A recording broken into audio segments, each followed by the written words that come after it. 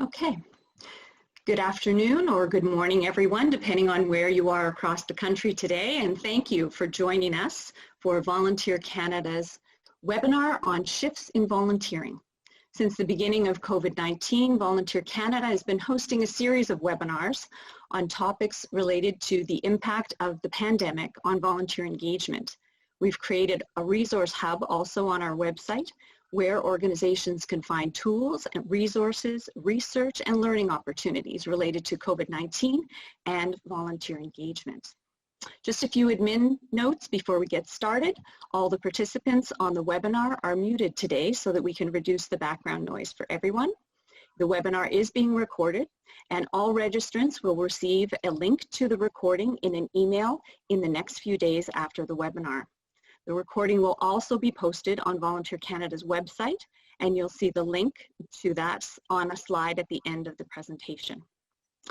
We would like you all to participate in today's session by using the chat function. So go in there and share your comments or your experience as we go along in the session. If you have a specific question, because we're so many on the call today, please try to remember to use the Q&A tab. It'll be a little bit easier for us to find those questions, and we'll be sharing some of those questions and comments after Lisa's presentation as time allows during the webinar. Let's get you started in the chat. If you haven't already done so, please share your name, your organization, and where you're located today. It's my pleasure to introduce you to today's facilitator, Lisa Mort-Putland, Executive Director of Volunteer Victoria. Lisa joined Volunteer Victoria as Executive Director in June of 2011. She has a BA in drama and a master's in public admin with a focus on nonprofit management. Prior to working with Volunteer Victoria, Lisa was the development manager for Big Brothers Big Sisters of Victoria and spent more than 25 years working and volunteering in the museum and heritage sector. Lisa provides governance assistance to organizations and is often asked to speak at conferences, at events like this, and at celebrations. I'm also very pleased to say that Lisa is Vice Chair of the Board at Volunteer Canada. Lisa. Thank you so much, Deb. I so appreciate that introduction. Before we get into the content today, I would just like to acknowledge that we are gathered on traditional territory. And here in Victoria, to the Esquimalt, Songhees and Wasanich people, and to all of the First Nations across Canada, we offer our thanks and respect. This is an astonishing place to live, work, and of course to volunteer. And also our thanks to all of you for participating and sharing. Deb and I are thrilled to be able to share information with you today. Before we get too far into the stats, though, I would also just like to acknowledge that while we're talking about large trends and shifts in volunteering today, we do want to acknowledge that every volunteer has been impacted by COVID. And so we do not take the shifts in volunteering lightly because we know that they impact people and families and organizations. But today we will be talking at high level, not about individual volunteers and how much we care about them. So I just want to point that out in advance and then turn it over to Deb for some great new research. Thanks, Deb. I'm going to start by introducing Volunteer Canada. For those who may not know of our organization, we provide national leadership and expertise on volunteer engagement to enhance the participation, the quality and diversity of volunteer experiences to build strong and connected communities. We don't do this work alone. We work with a network of more than 200 volunteer centers, businesses, educational institutions, and government departments, as well as the volunteer that Lisa referenced earlier. Back to you, Lisa. So we're just sort of touched, we thought this workshop would be talking about how COVID has really impacted volunteerism and volunteers and how volunteer-led organizations have responded to this new paradigm at this time. And then taking a little look at what tools we have used moving forward, and then also acknowledging that volunteers have some needs and wishes and desires as they move through their volunteering journey with us. So we thought we'd start off with a bit of a snapshot. I'm not going to read a lot of stats to you, but just to say that earlier this year, we had a taste of the 2008 General Survey, Social Survey on Giving, Volunteering and Participating from Stats Canada. And those of us who were really excited about this noticed two immediate trends. First of all, we're now able to measure the impact of informal volunteering through the Stats Canada survey. And that is very different than previous years when we've had a focus on formal volunteering. But what Stats Can confirmed for us all was that informal volunteering has risen, and in fact more people were engaged in informal volunteering than formal volunteering. And we know that formal volunteering shifted somewhere around 2008. Our increase in formal volunteering just took a little bit of a step back, and informal volunteering raised. And so we were really excited about these stats because it gives us a great snapshot. But then things changed. Along came COVID.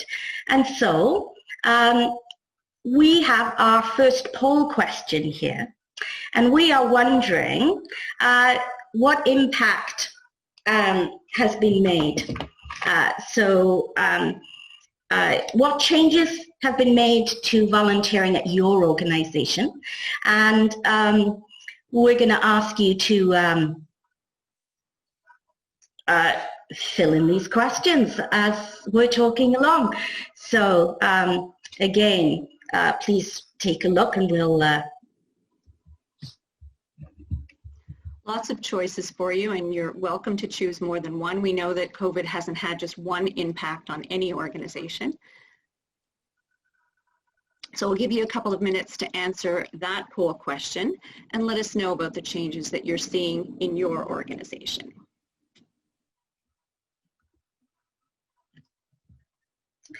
So shifts in volunteering, and my apologies, there we go. So since COVID, we know that there have been a broad range of impacts related to COVID-19. And for some organizations, we've seen a growth in volunteerism. Here in British Columbia, BC 211 recruited more than 9,000 volunteers in a very short period of time to support seniors. We know that the national COVID volunteer recruitment campaign recruited more than 50,000 volunteers. But we also know that furloughed workers jumped at an opportunity to volunteer.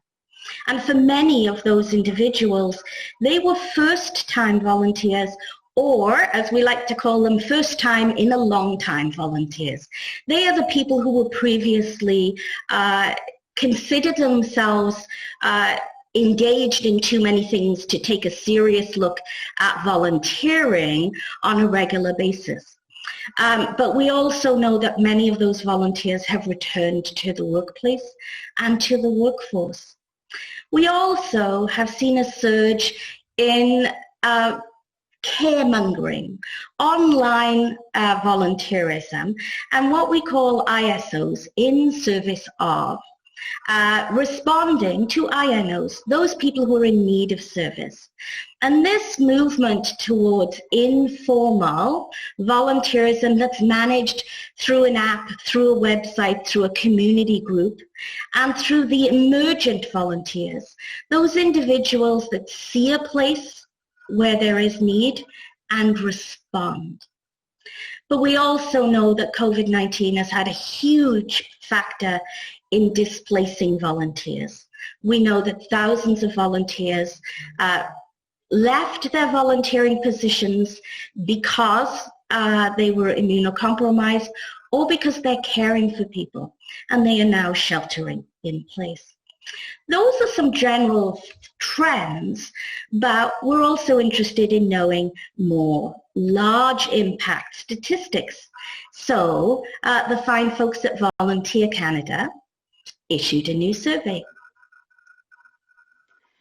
Thanks, Lisa. Yes, we did. In fact, 2 surveys. So in the spring, Volunteer Canada did put a survey into the field to gauge the impact of the pandemic on volunteer engagement, and we wanted input and received input from both organizations and from their perspective, as well as the experience of volunteers. And on the previous slide, Lisa was showing a little bit about how volunteers were experiencing their volunteer role during the pandemic, and we, the earlier survey, collaborated, confirmed those findings right there. And we also have just closed a follow-up survey to that spring survey, again with organizations and with volunteers, and we asked some of the same questions to be able to track some of the trends that we're seeing over the last number of months. And in addition, we asked some looking forward questions, such as the ones that you're seeing on your screen, so that we could have a sense of what organizations were thinking and feeling about what shifts were happening, the topic of our webinar today, in volunteering, and how you were thinking about that and maybe even planning for those kinds of things. So we just had a poll up, and it is one of the survey questions. You can go back, Allison, just for a sec. Sorry, Lisa, thanks. On the changes that organizations have been experiencing over the past number of months, and you should be able to see on your screen your results from and your responses to what changes you're seeing in your organizations. Not surprisingly, a big, more than half of you are transitioning or have transitioned roles to virtual volunteering and remote delivery.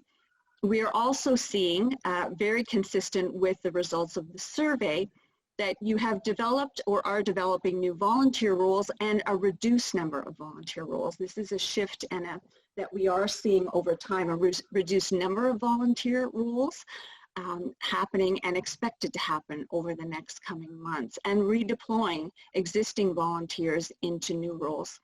So you're seeing the results that we're seeing on the screen are very, very consistent with what we are seeing in the survey coming back. One of the changes that we did note over the 2 surveys related to organizations that had suspended their volunteer engagement. There was a much higher number of that earlier on the earlier survey than we have seen on this more recent survey. So some organizations, many organizations had closed either temporarily or suspended and are now re-engaging and restarting some of their volunteer engagement and some of their programs as well. We also asked some looking forward questions. So we'll go to the next slide, and thanks, Allison, for that poll. And we wanted to know what organizations were thinking about what would be critical. I think in the early stages, we thought long-term for this pandemic might be 3-4 months. And we realize now that looking forward, we're already well past that, and we expect that we will be in this context for the next time to come.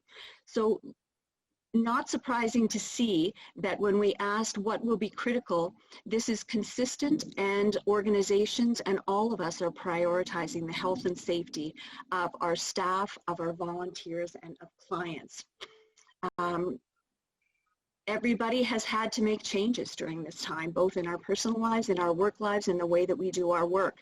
And related to volunteering, these adaptations that have been made to programs or services or even delivery, as we talked about the transition to virtual, critical to organizations is how do we decide and determine which of these changes we will want to keep or we will be able to keep looking forward.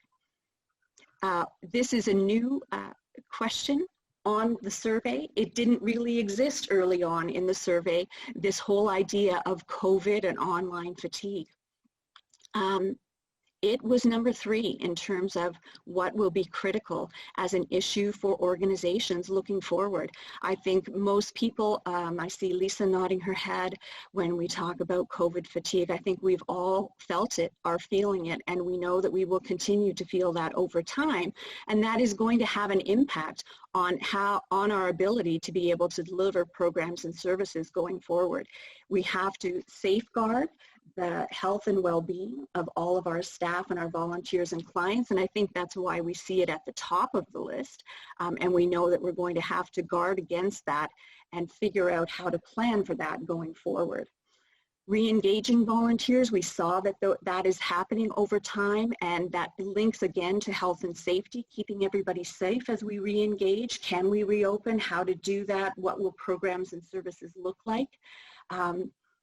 How do we stay in touch, stay connected with volunteers who've had to step away, either because organizationally we're not offering as many programs and services, or individual volunteers have their own health and safety considerations that they have to step away from their roles at this time? How do we plan for that for programs that may not look the same going forward as well? So keeping those volunteers engaged. And, you know, it seemed it seemed obvious to put this response into a survey planning for a next wave. But, you know, within launching the survey, it seems that we are already there. And so we are already looking at how we are going to stay connected during this second wave and planning for that. What will volunteer? We asked you to try to predict the future.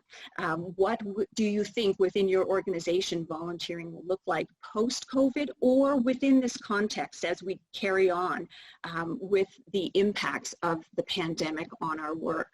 Again, we've seen that organizations have adapted programs and roles, and we see that that will continue to happen going forward. Organizations are looking to volunteers who are comfortable with and have access to technology to be able to participate in roles that are new or adapted formats based on a health pandemic. That is meaning more virtual engagement of volunteers and staff. We've heard over and over, and we'll hear again today, I'm sure, that we're expecting that there will be fewer volunteers for the reasons we mentioned, and we'll look at the impacts of that going forward. And it was almost 40% of respondents who indicated that the technology, fewer volunteers, and volunteers with different skills, which of course links to the top 2 points of new and adapted programs and roles and the use of technology. Fewer than 20% indicated that they thought their programs would see more volunteers or the same number of volunteers. But there was some strong indication that organizations were feeling that the number of volunteer engagement staff would be fewer and may not be enough to be able to support the volunteers who will be part of their programs going forward. So Lisa, of course, we know that one of the biggest challenges for everyone is the uncertainty, and that's what we're hearing over and over, of knowing how long or how things will change. And how do we plan for these changes and these shifts that we're going to be seeing in volunteering over the next while? Thank you, Deb. I am always delighted when a new Volunteer Canada survey comes out, because as this slide so beautifully demonstrates, as an executive director of a volunteer centre on the ground, my ability to predict the future is not that great. And so we actually did a little bit of research for this workshop and took a look. And in the UK, they actually did complete a study to try and predict where volunteers would volunteer through COVID-19. And again, we're not going to take a look at the stats in great detail, but it is important to recognize, as we know on the ground, that people resonate with different types of volunteering. And there's been a switch. Formal volunteer positions have been truly impacted in a large way. But we know that older volunteers are more likely, as they age, to actually stop formal volunteering and to engage in neighborhood-based volunteering. They are more likely and naturally going to begin to volunteer closer to their community, to volunteer with their friends and family, and to volunteer within a few blocks of their home or their neighborhood. And we knew that statistic coming into COVID, but we now know a pattern of behavior based on this UK study that there is actually quite a significant growth with the year as people age. Each year in this study was a 13% higher odds that they would move from formal volunteering to neighborhood-based volunteering. Also, because the study looked at multiple variables, age, gender, race, ethnicity, socioeconomic positions, they know that there were different trends. And again, across Canada, we can look at how communities with specific demographics have different needs. And we can cater to those volunteers in more meaningful ways when we know that the shifts have happened. So again, people who are currently employed, students more likely to engage in social action volunteering, and we've seen a huge increase in social action volunteering. This is where people really take a spur of the moment decision to engage in something that builds community. And so these are important details, but what we actually learned from the study was that the predictors of volunteering were only slightly different from before COVID and only slightly different from other non-emergency periods. So they studied just about 35,000 individuals over several weeks. So if you're feeling a little bit overwhelmed and then uncertain of where your community is going, you're not alone. And that's that message. We cannot predict how volunteers are going, but we can listen to them. And we do know from our experiences already listening to volunteers that volunteers are interested in new activities that are alternatives to their previous work. And what we mean by that is that they do not wish to do just anything. They're interested still in learning and being engaged. And that leads us to an inspiring question and an awkward question.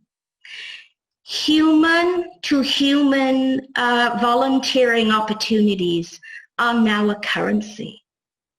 Something rich and meaningful and engaging now has more value than it did before COVID. And that doesn't mean that virtual and low contact volunteering does not have currency, but we have a very limited supply of high contact, high engagement positions. And what we know is that those engagement positions require more training and more onboarding. We also know, and to echo the Volunteer Canada study, a recent survey here in Victoria said only about 27% of our member agencies are actively recruiting volunteers right now. That's a huge decline, and the number of volunteer positions that are posting have reduced, but the number of informal positions that we've seen have increased. People are interested in volunteering, but they're not always coming to a formal organization and structure to do it. We also obviously have seen a huge impact on the way we describe our volunteering positions. So again, when we say something is virtual, we conjure up a computer or an app or a tablet. What we're really saying is that there's low contact volunteering. This is where there is an amount of physical contact with an organization. You have to come into an organization to pick something up. You have to go somewhere to drop it off. And what we learned here in Victoria was that many people who said they did not want contact with people actually meant that they weren't going to come into an organization. They were quite willing to go and pick up groceries that had been pre-shopped. So they would pick up things and drop off things, and they would have contact with other people. But it was very short and limited. And that's an interesting switch because the dynamic between no contact with another individual, virtual contact, and some contact is about personal choice and risk. We also heard from volunteers who were both frustrated and inspired by the desire to volunteer immediately. And this has been a challenge in volunteerism for many decades. This is not new. We've all had volunteers who have called and said, I'd like to be volunteering in the next day or two. But now the ISOs and INOs have made it a more structured way of volunteering immediately. What we do know, of course, is that not everyone relies on an app. Many people during COVID have done what we have done for decades, which is to actually knock on our neighbor's door or put a little note and say, I'm here for you. So volunteerism didn't just grow virtually, but there is a demand for fast, immediate, human-based responses. We have talked a lot about the impact of COVID, and there's no denying that it is massive. Each of us have been impacted, whether it be from inconvenience and being frightened to actually being impacted by the disease and unfortunately and sadly experiencing life-shortening impacts of COVID. But before COVID, we were also facing other waves and trends. And I think it's really important to take a look at some of these in context of your own community and asking yourself, what have we seen? I know here in Victoria, we have seen many conversations around the need for diversity and inclusion. And Indigenous, Black people of color, volunteers and volunteer leaders exist right across the country. And we've had conversations about inclusion in the past. But now it feels like everyone's ready to listen.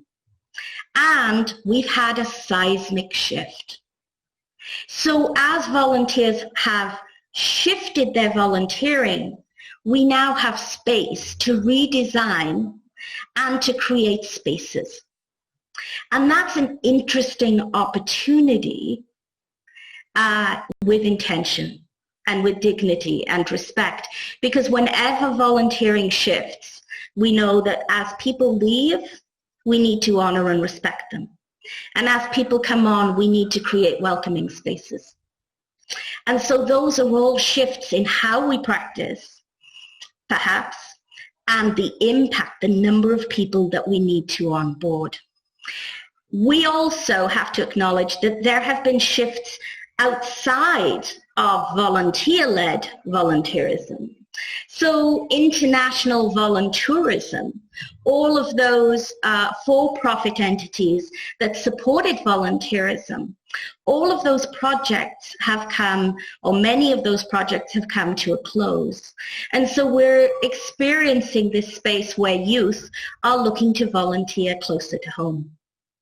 But we've also been impacted by the need for our universities and colleges, post-secondary institutions and high schools to create policy that keeps their students safe. And so this again is that reminder that students may not be able to jump in where they once would have because they are bound by the requirements of their university or their school. So for example, here at the University of Victoria, in order to volunteer in a face-to-face volunteer position, the class has to have a waiver. It is a policy decision, not a volunteer decision. And that's quite different. We also took a look at how we're going to look at outcomes. How are we engaging in outcome measurements for volunteer programs? Because now with a shift, it won't be about the number of volunteers and the number of hours. Our comparative frameworks have moved. So how are we looking at the impact of volunteerism and advocating for it? So each of these things is interesting in its own right, and some of them may have more or less impact in your organization and in your community, but all of them are relevant at this time.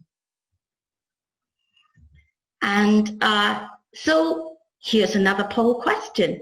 So Alison, if you don't mind, let's get some wisdom from this group. So we're wondering what issues will have an impact on your volunteer program moving forward. And again, you can pick as many of these answers as you like.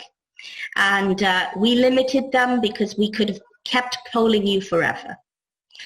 So again, some of the things that may be relevant in your community may not be relevant somewhere else, or you may be doing an excellent job at some of these things. And if you're doing an excellent job at it, we strongly encourage you, share your learnings and wisdom with us all. Let us know how to move forward. So as you're filling in all of these lovely poll questions, I'm just going to move us on here and really think about whether or not we've been going around in circles. That's a strange statement, isn't it? But I know in talking with many volunteer managers over the last 6 months, there was a feeling that perhaps things at first felt like, as Deb alluded to, a sort of a wait and hold pattern. But now we've realized we've actually been through 3 stages already. We've been through the shock of living through a pandemic. And I think that's where we've had the greatest impact, is that shock of what are we going to do? Where are we going to go? How is it going to impact us, our families, our organizations? And then we've all experienced a shutdown and startbacks to some extent. But I think for the most part, we've steadied the ship. We know where we are right now. The shock has sort of dropped a little bit. And now we need to take a look at where we're going. So we've had a conversation around, with so much conversation about changes and shifts and the negative impact of COVID, is that in this new shift of volunteers wanting something different and volunteer-led organizations being able to maneuver, shift, grow, emerge, that are there positives within this scenario that you can find to make your programs a little bit stronger, a little bit more adaptable, a little bit more responsive to the needs of your volunteers.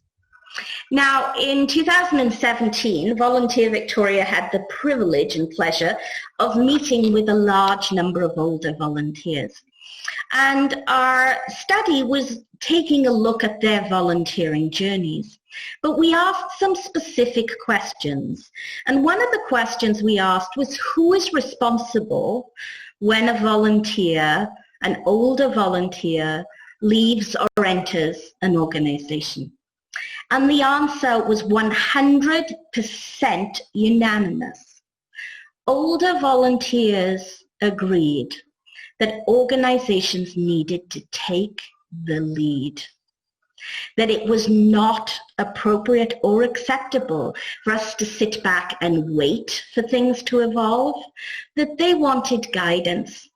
They wanted to be included in change, but they were very clear that it was our job to make tough decisions.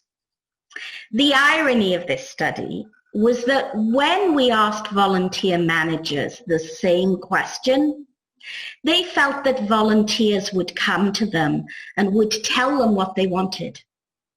And what we learned was that volunteers did not divulge information unless they were asked. And so, for all of the statistical wonder that we have here today, the best top tip we have is still talk to your volunteers. Ask them what they want and what they need. and be prepared to hear things that you didn't expect to hear. It's a little bit unusual. Now, Alison, I'm wondering if we have our poll answers ready yet. There we go. Look at you. So, the rise of no contact and low contact volunteering, 81%. That is not shocking or surprising, but I do think that as we move to no contact and low contact volunteering, we probably need to rewrite our practice and policies a little bit, because we need to look at new ways of engaging with those volunteers who are at a physical distance from us. Because you can't sit down and have a cup of tea or a quick chat.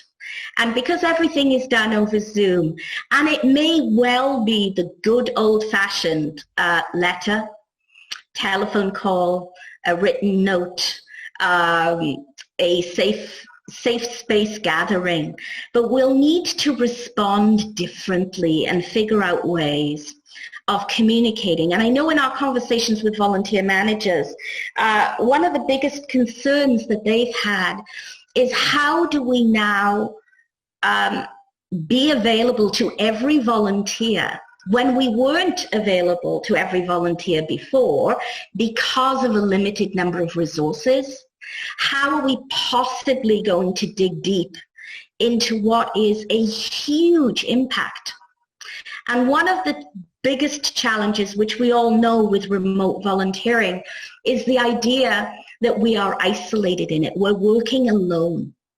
So again, we urge volunteer organizations, when you're writing the volunteer position descriptions, do not focus on how you will work remotely. Focus on how they are still part of a team. Focus on how they're working with others in a shared vision. That's just a top tip from working with volunteers virtually before COVID, was that we need to pay extra special attention to them. The economic impacts, obviously, of COVID are astonishing for organizations, but also we know that the economic impacts on volunteers are quite huge as well. So volunteers who are laid off from work, who experience, again, isolation and removal from their usual daily routines, we know that internationally, large economic impacts actually decrease volunteerism. After 2008, Canada bounced back very quickly.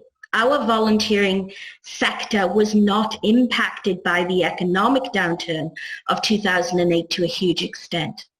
We do not know what a longer term, larger impact will have on volunteerism.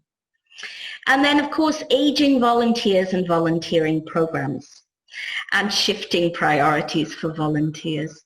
This is, again, nothing shocking, but I do think that perhaps, and I put this out here as a question to us all, is whether or not we have settled into our programming routines and have felt so comfortable that we have repeated them year after year. And now this shock to the system is that we actually have to reinvent almost everything. Everything, policies, practices, protocols, everything needs a nudge right now. Everything needs a little polishing, and it's a ton of work. So we need more people probably involved in planning. And that's a very logical and, sort of not very new system thinking. But again, how do we go back to planning and help this process in a really sort of structured way? So one of the things that we did, because we looked to big data and we got some great snapshots, and we were really delighted and thrilled with the resources that were available to us. But we also knew locally that as a volunteer center, we couldn't get all of the information we needed on our own. And so one of the things I strongly encourage you to do is to reach out, if you have not already done so, to reach out to the large players in your community that have your target market.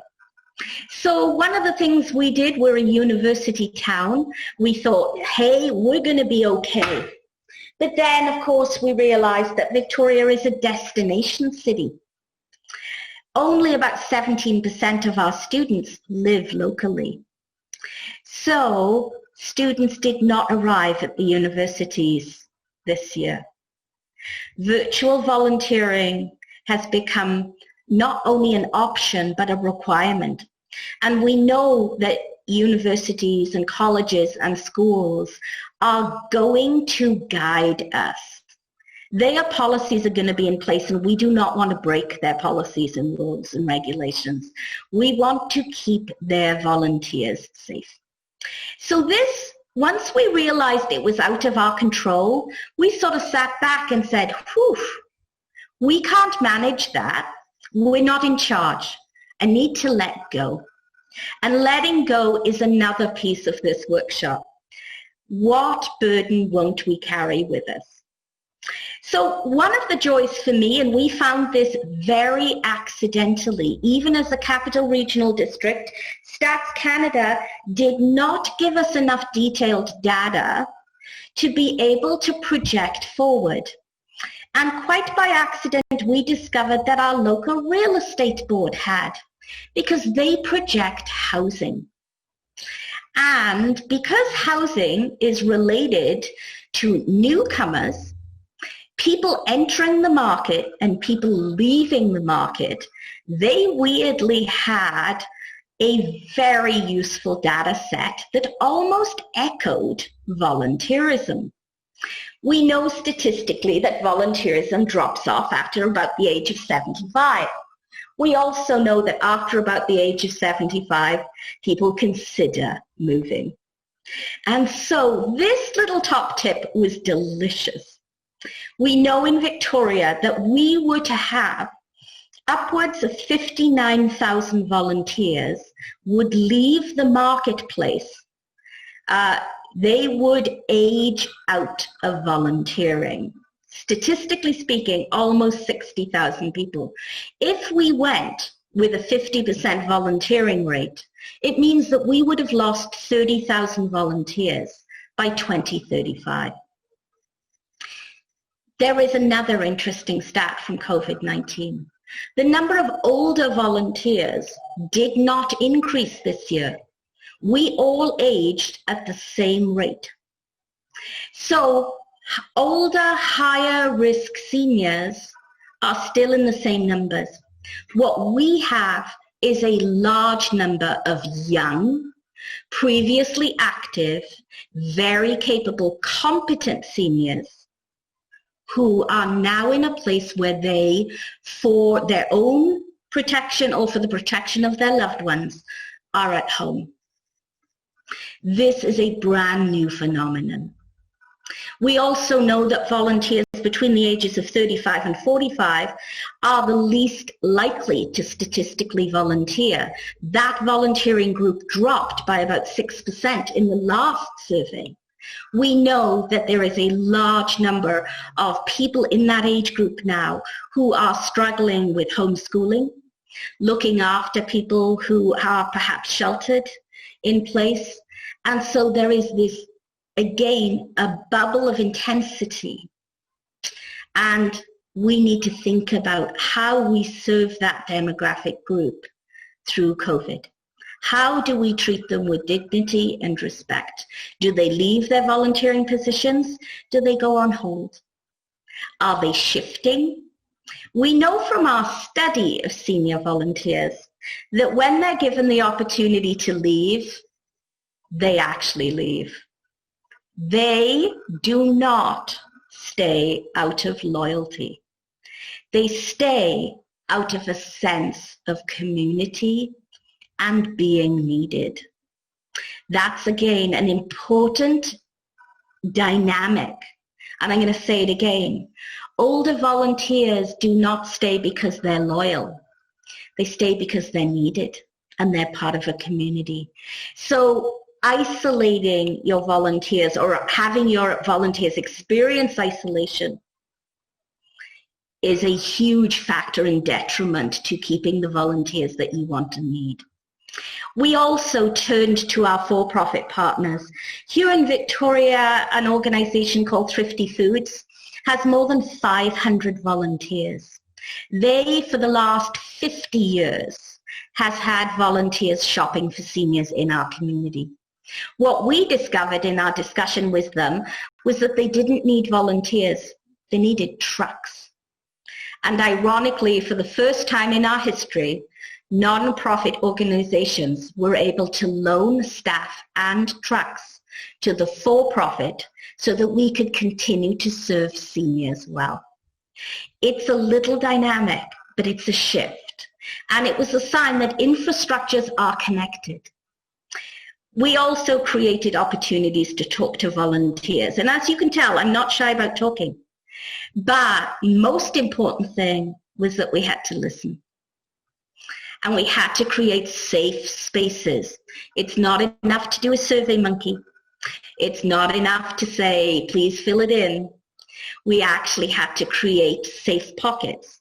We discovered that by hosting a workshop every week, we could listen to small groups of volunteers of all ages come together and create spaces where they could share their concerns and fears. They have helped inform us about where we are and where we go next. And so we know that everybody, regardless of our age, our gender, our job title, we have all experienced the impact of COVID. And so one of the questions that we asked volunteers was around how they felt. And there isn't a single volunteer who didn't say they were concerned or anxious or curious or interested. And so there's two sides to this coin. The first is, how do we help volunteers cope with change and reduce individual, collective, and organizational stress in that? The other was that in that they wanted more information. So the information that was sitting on our desks as a piece of policy, they were now interested. What is your work safe plan?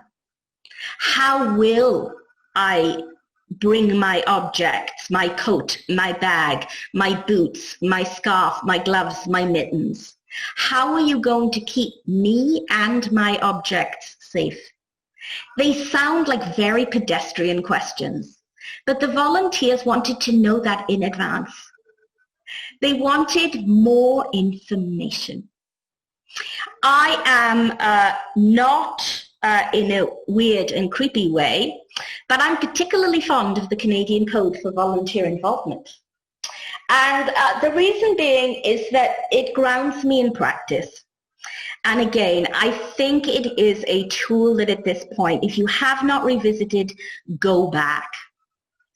Even starting with the idea that your board and your leadership team need to revisit your policy and practice. You need to have new discussions about volunteer engagement and how it feels at a large level, right?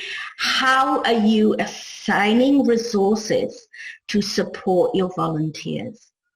And if you are reducing your programs, how do you deal with that with dignity and respect, right? How do you inform volunteers that they weren't left behind? They were honored and respected. So let's say I'm particularly fond of it. We use it.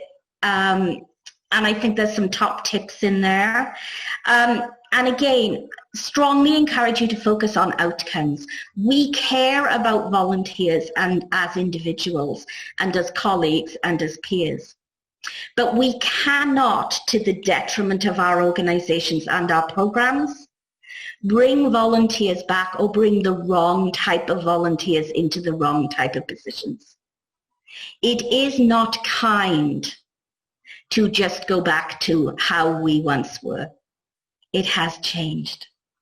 And so we're going to encourage you to take a look again at your outcomes, your preferred outcomes, and then work backwards to that. Build a logic model because they really work. And also, how will you adapt innovation and technology? How will you be more aware of how people are using technology to find and sustain volunteering? And how are you going to be able to raise yourself up amongst competing demands as we move forward over the next year or 2 years in a time of scarce resources? You don't have to be the #1 organization, but you have to raise your own awareness and the awareness for others. And so how are you going to do that? Do you need to update your website? Do you need to freshen it up? Or do you need a whole new one? Do you need to build an app? Are you going online? Are you supporting volunteerism virtually, informally, through convergent and emergent volunteerism? And finally, obviously, please talk to your volunteers. Listen, care. Honor them, those that aren't moving on. And for those that are moving with you, a reminder that they need to be part of the planning process. They really do. And so I have spoken a lot, and it is particularly unkind that we do not get to chat, because there is so much wisdom in this room. And I'm wondering if you would be so kind as to use this chat function one more time, and please tell us one thing that you'll take from this workshop. And Deb, I'm going to turn it over to you. I think we've Absolutely. got some time for some Q&As. We do, and I would say, although you have said that it's unkind that we're not able to hear from them, we're hearing a lot from folks in the chat, which is terrific, because as you said, there is so much wisdom to be able to share amongst each other, questions and comments that are coming in, and others within the participant group who are answering and sharing their experiences, which is of value to everyone to be able to, as you said, be innovative, gain ideas from the learnings and the experience of those around us, our colleagues, who are experiencing the same things and have some solutions to be able to share. We heard a lot about so many things, and there are so many lessons and ideas from what you have said. Some new, but some that are reinforcements of practices that are good practice all the way along, about talking to your volunteers, your staff, your clients, listening, even more important, and caring. And there are many ways that we do that. In that natural act, you also mentioned procedurally and practice-wise using the code for volunteer involvement. Sometimes in this time, in a time of emergency or crisis, we think, okay, we just wing it. No. In caring for our volunteers, for our staff, for ourselves and our organizations, these structures and these volunteer management practices become even more important. And they give us a guide and a frame that shows that we respect the work that we do, and we respect those who engage in that work with us, our staff and our volunteers. So I appreciate you reminding all of us about how to look back to that framework and use it as we look at how are we going to manage all of these shifts that are happening at so many levels. I took so many notes on as you were talking. We're not going to get to everything. There was a comment in the chat function that you had said that we need to pay extra attention to volunteers, not only to keep them engaged, but also because if they are working remotely, virtually, unlike the days when they showed up and they were seen, physically seen, now we don't always know when they're volunteering. If they're mentors, they aren't necessarily on a regular schedule. And I take to that word seen, and you were reinforcing that. When in-person volunteers are seen there, how do we make sure that those in remote roles are also seen individually for the work that they're doing and as feeling part of a team? And there were some comments in the chat, and I would ask you to share some of your observations about how to make sure that those volunteers in those remote roles also feel a part of. Yeah. It's fascinating. Virtual volunteerism is, delicious. The first couple of weeks we were all on Zoom, we were super excited. And then you're like, oh, I've got another Zoom meeting. And now you're like, oh, I've got another Zoom meeting. So when you're volunteering, again, I personally think tying volunteers back to the mission, helping them understand how they are connecting to the mission and mandate of the organization and how their role contributes. Then I do like good old-fashioned systems, check-ins, and again, a conversation, a phone call, a card, but also an exchange. If you have not heard from a volunteer in a while, you need to engage in some type of exchange, a conversation, a product delivery, a check-in, and you can be as structured as actually, saying, in the first 3 months of a volunteer position, I'm going to check in every 10 to 14 days. After 3 months, I'm going to check in every month.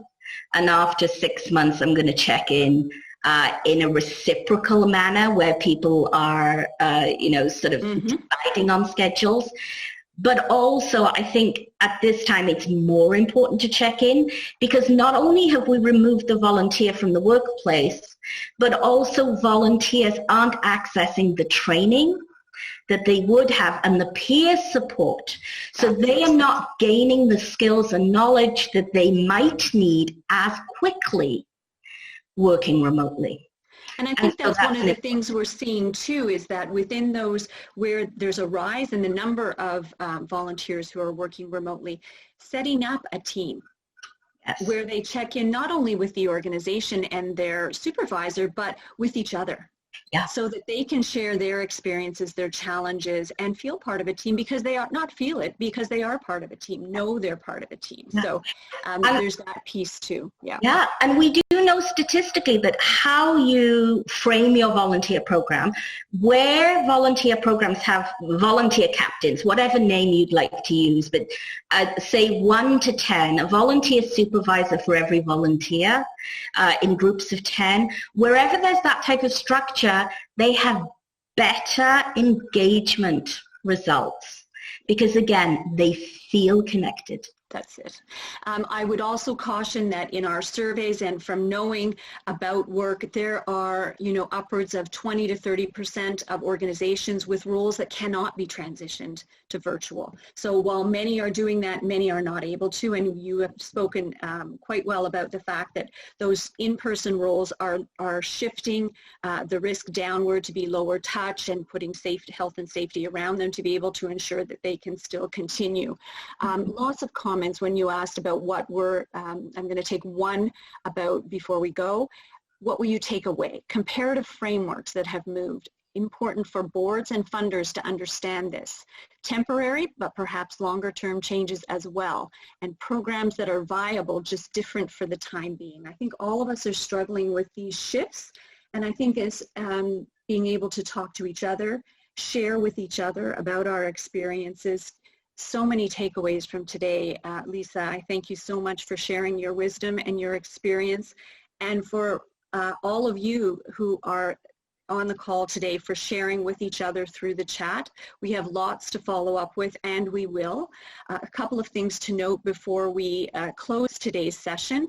I just wanted to let you know that, as I said, we are recording the session, and you can find the recording from this webinar and others from Volunteer Canada on our website on the COVID-19 resources page, so please have a peek there. The next webinar that we have coming up is at the end of November, where we'll be sharing the full results of the survey that we spoke about a little bit earlier in the day. If you have any specific questions, which I know there were some, and I apologize for not having time to get to many of the questions and the comments. The chat is very, very rich.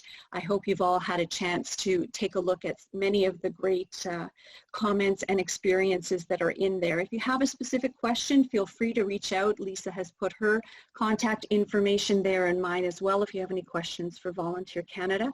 Again, thank you to Lisa for all of your wisdom and experience and fun today in sharing on our webinar. Thank you to all of the participants who took time out of your day. I know it's busy and we're all online fatigued, but I know that it was an important discussion to be able to have. Follow us as you go through Volunteer Canada and Volunteer Victoria. Thanks again for sharing this hour with us. Enjoy the rest of your day. Thanks and bye-bye.